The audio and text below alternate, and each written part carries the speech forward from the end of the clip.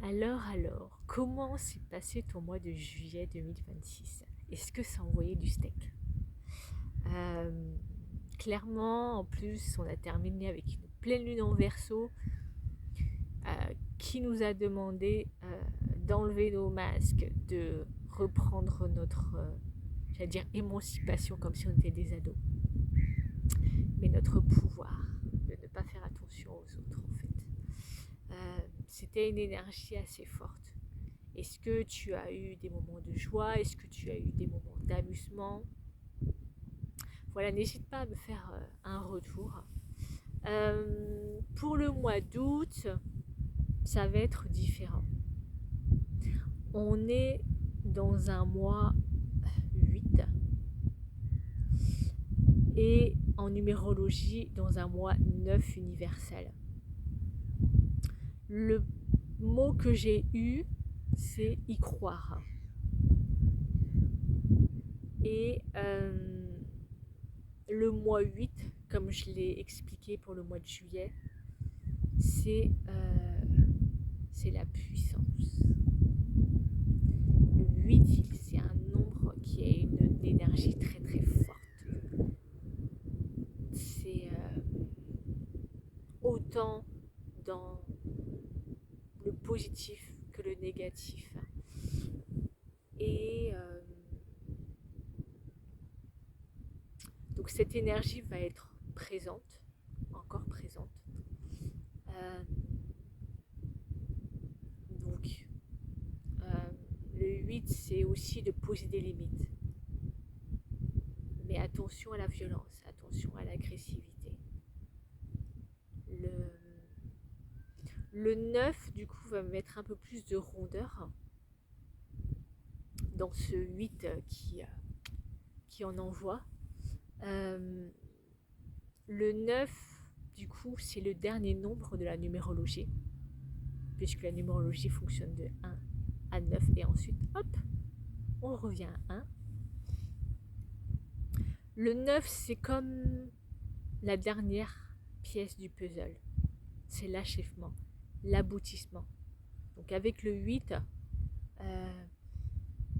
c'est les fruits ou les graines que tu as récoltées du coup qui sèment. Donc ça peut être très bien quelque chose que tu attendais ou pour lequel tu as beaucoup travaillé et qui arrive enfin en fait. Puisque le 8 c'est la loi d'attraction et avec le 9 du coup c'est l'aboutissement de quelque chose, d'un projet. Si en plus c'est un projet en lien avec l'étranger ou en lien avec le groupe, une communauté, le collectif, euh, ça c'est vraiment les énergies du 9. Et les énergies du 9, c'est aussi la fin d'un cycle. Puisque comme je t'ai dit, hop, après on revient à 1. Et ce qu'il t'est demandé pour ce mois, parce que en fait on est dans le mois du lion en astrologie, c'est de briller, de prendre ta place, d'être dans l'expansion, de ne pas t'éteindre, de ne pas faire en fonction des autres en fait, d'oser être toi pleinement, euh, d'oser incarner ta puissance avec le 8. Et, euh, et avec le 9, en fin de cycle, c'est aussi ok. Les questions à te poser, c'est qu'est-ce qui m'empêche encore de briller? Qu'est-ce qui m'empêche encore de poser des limites, de prendre ma place, d'être dans cette expansion, que ça soit dans ta vie personnelle ou dans ta vie professionnelle en fait. Euh, qu'est-ce que je ne veux plus, qu'est-ce que je balaye de ma vie en fait, pour repartir après sur un nouveau cycle qui arrive vers le 1, donc du coup le mois prochain, au mois de septembre. Et du coup en carte, j'ai tiré le pape. Donc le pape, c'est la sagesse, c'est la profondeur des sentiments, la profondeur des relations. Mais c'est aussi la loi d'attraction en fait. C'est ok. Tu attires ce que tu es. Tu peux attirer ce que tu veux en fait. Mais avant, hop, il faut balayer ce que tu ne veux plus, le casser. Tu vois, là, c'est la maison Dieu. La maison Dieu, elle passe pas par 4 chemins, en fait.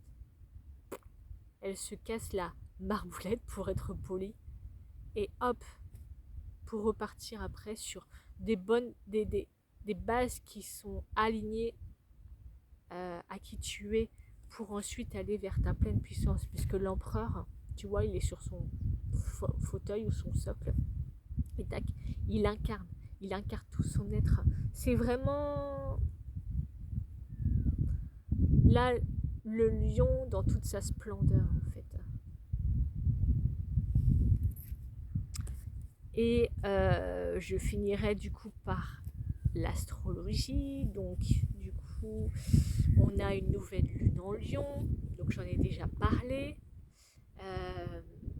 Le lion dans ses ombres, il a tendance à faire les choses pour plaire à l'autre, pour être aimé, pour être reconnu, pour qu'on ne l'oublie pas, pour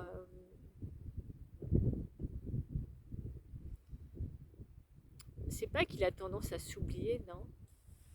C'est juste que il a le côté je veux briller, mais sauf que il a tendance à s'oublier en fait. Ok, je vais faire ça en fonction de ça, en fonction de telle personne. Donc là, il faut plutôt travailler sur sa lumière. Sur le côté, le lion, il brille naturellement en fait. Il attire naturellement. Il a cette... c'est pas une capacité, il a cette... comment dire ça? Il est leadership naturellement en fait. Il est là pour incarner sa puissance, incarner qui il est véritablement avec toute la générosité du cœur et pour inspirer aussi, inspirer les autres en fait, inspirer qu'un autre chemin est possible en fait. Et ensuite, on aura à la fin du mois une pleine lune en poisson. Donc le poisson, c'est un signe d'eau. Donc c'est l'opposé, c'est contrairement au lion qui a un signe de feu. Là, on va plutôt partir sur les émotions. Le poisson, c'est un signe qui est très connecté en fait. Il a cette capacité à canaliser les messages, à avoir un ressenti, à percevoir les choses, les personnes. Donc n'hésite pas à te connecter à toi, à ton intuition et à écouter ton cœur plutôt que ton mental et à te dire ok, maintenant qu'est-ce que je libère pour aller vers la nouvelle lune qui aura lieu au mois de septembre. Qu'est-ce que je pourrais dire d'autre sur le poisson? Attention à ne pas fusionner avec l'autre. Parce qu'il adore ça, le poisson. Et donc, attention à ne pas t'oublier aussi. Je pourrais dire que tu es un être à part entière, en fait. Avec ta personnalité. Avec tes expériences. Donc, fais en sorte d'être aligné sur ton chemin et pas sur celui de ton partenaire, de ta partenaire, d'un ami, peu importe en fait. Donc pour clôturer sur le mois d'août, ça va être un mois riche en émotions fortes, de par le 8. Un mois riche en rencontres, un mois riche en expériences.